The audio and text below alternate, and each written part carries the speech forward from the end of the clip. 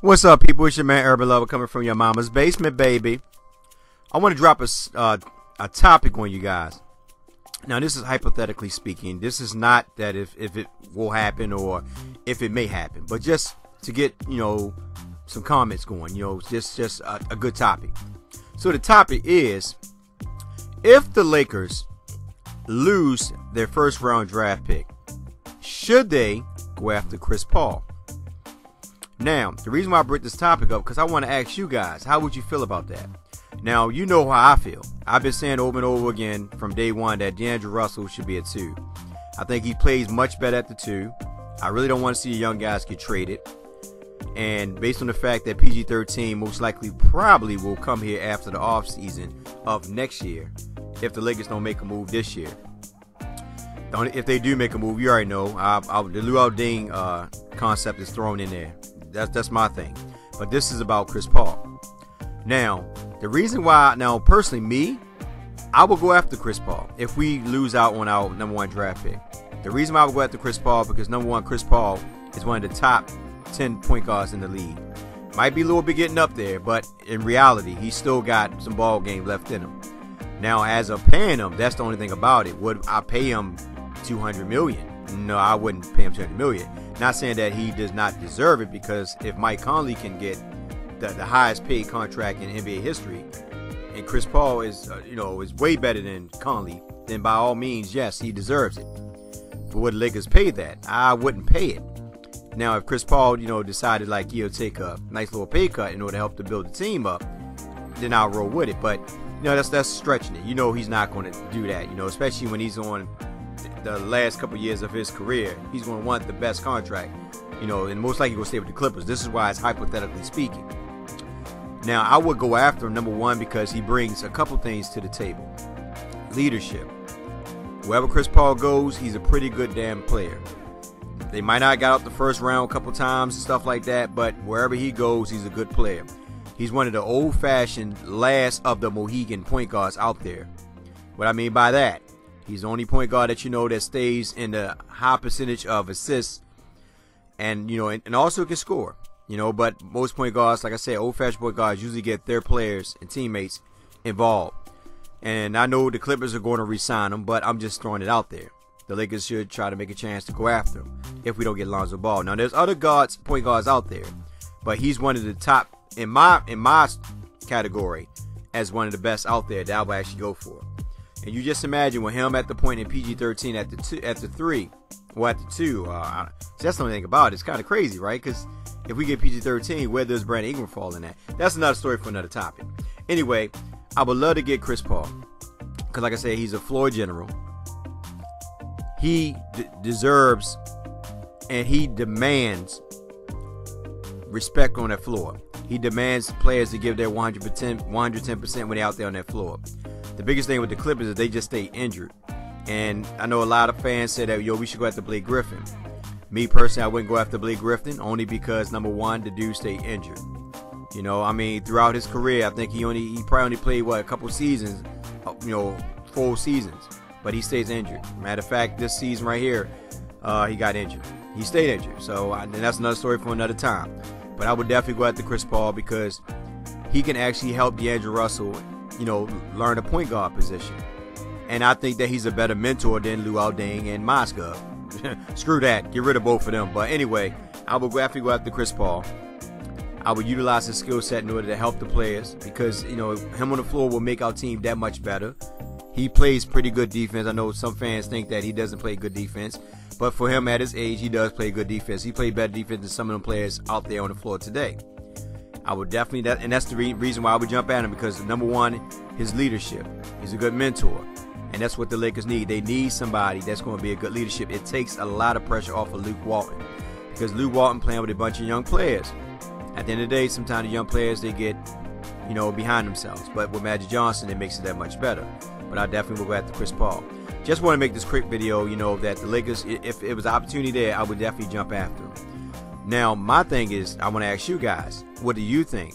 Do you think that we should go after Chris Paul this offseason if we lose out on the number 1 draft pick? Now, keep in mind, like I said, this is hypothetically speaking. There's no guarantee we're going to go after him. But, the Lakers, Magic did say that he wanted a star. Also, keep in mind, Jeannie Buss said that she wanted, somebody to represent, the Lakers in the All-Star game. This is a big opportunity. I think they should go after Chris Paul. He's not going away. Remember, think about it. The Clippers stadium is our stadium, so all he's doing is basically switching uniforms. And I think that's only if he knows what we're aiming for. And personally, I will go after him. I will definitely go after Chris Paul. Also, I'm going to talk about this too. Now, there's an article that came out about Jerry West. Now, this article is from NBC Sports, but this is written by Dan Feldman. And I'm going to read it off to you. It says, Jerry West wants job offer from Lakers, but it's not coming. Now, this is actually printed out in April the 19th. All right, Warriors consultant Jerry West was reportedly intrigued by joining the Lakers front office, which he ran for 18 years. And then the abbreviation, winning 5 championships and setting the stage for a couple more. And where his son Ryan West works. Mark Heisler of the Orange County Register. These days, the Lakers don't even do no-brainers, like inviting Jerry West back in a consultant role like the one he has had with the Warriors. A Lakers insider told me it's not happening. Even though the Lakers are aware West would love to be asked back, the reason cited isn't much different than what Jim Buss felt. They don't think they need West. Not only did West guide the Lakers in multiple championship eras, he later turned around the Grizzlies and provided a valuable voice in Golden State. He'd be an asset, and his time with the Warriors showed he could operate in support of Magic Johnson rather than undermining their new team president. But if this report is to be believed, the Lakers' trend of hiring executive based largely on their playing success with the franchise apparently ends once the former player acquires relevant experience. Now, this is somebody that reported it. How true it is, I don't know. Keep in mind, he's still under contract with Golden State Warriors. But if it was said that, Jerry West was looking forward to coming back to LA, me personally, I would jump on it. There's no doubtable clause in my mind that I would not jump on it. His son already worked here. You know what Jerry West did when he was in LA. You see what he's doing in Golden State. There's no doubt in my mind that I would not jump on it. Now, they're saying that Magic, basically the Lakers front of said that they wouldn't bring him back. To me, is that true? I don't believe that's true. That's what I'm saying. These reports are basically just like somebody just throwing something out there to probably see if people can grab it. Now, how true, like I said, I don't know how true it is. But I know for a fact, I don't think Magic would say, don't bring him back. That's the most stupidest thing of all. Because it takes pressure off Magic, Jeannie, Luke Walton, because this guy is a winner. It only makes sense to bring somebody in there. But that's only if he was not under contract with the Warriors. But if he was free, I would definitely grab him up with no ifs and buts about it. I would smoke crack on that day when he come back. I'll smoke crack and I'll be in the cheese line begging for cheese. Anyway, like I said, how you guys feel about this? If Jerry West was actually free, should we go after him and bring him in as a consultant to help Magic Johnson? Because you got to remember, Magic Johnson's new to this. Pelinka, whatever his name is, he's new to this. And Jeannie Buss never really ran anything. She just usually let Jim and Mitch do it. So Jerry West, with the experience of over 20 plus years, championships, why not? It makes much sense, and he could be with his son. He can help his son, and it just feel like, the glory days. You know what I mean? Bring him back. But that's my thing, So what do you guys think about the Jerry West situation? Definitely get in the comment section. Tell me about the Chris Paul situation, and tell me about the Jerry West situation. What do you guys think? Should we make a move for Chris Paul this offseason, or just go ahead and let the young guys play? And the reason why I'm saying is because if we dump Lou Aldain's contract, for some reason, if we could dump Lou Aldain's contract, and based on the fact that Jeannie Buss wants to bring a superstar here, why not sign Chris Paul for a 1-year contract?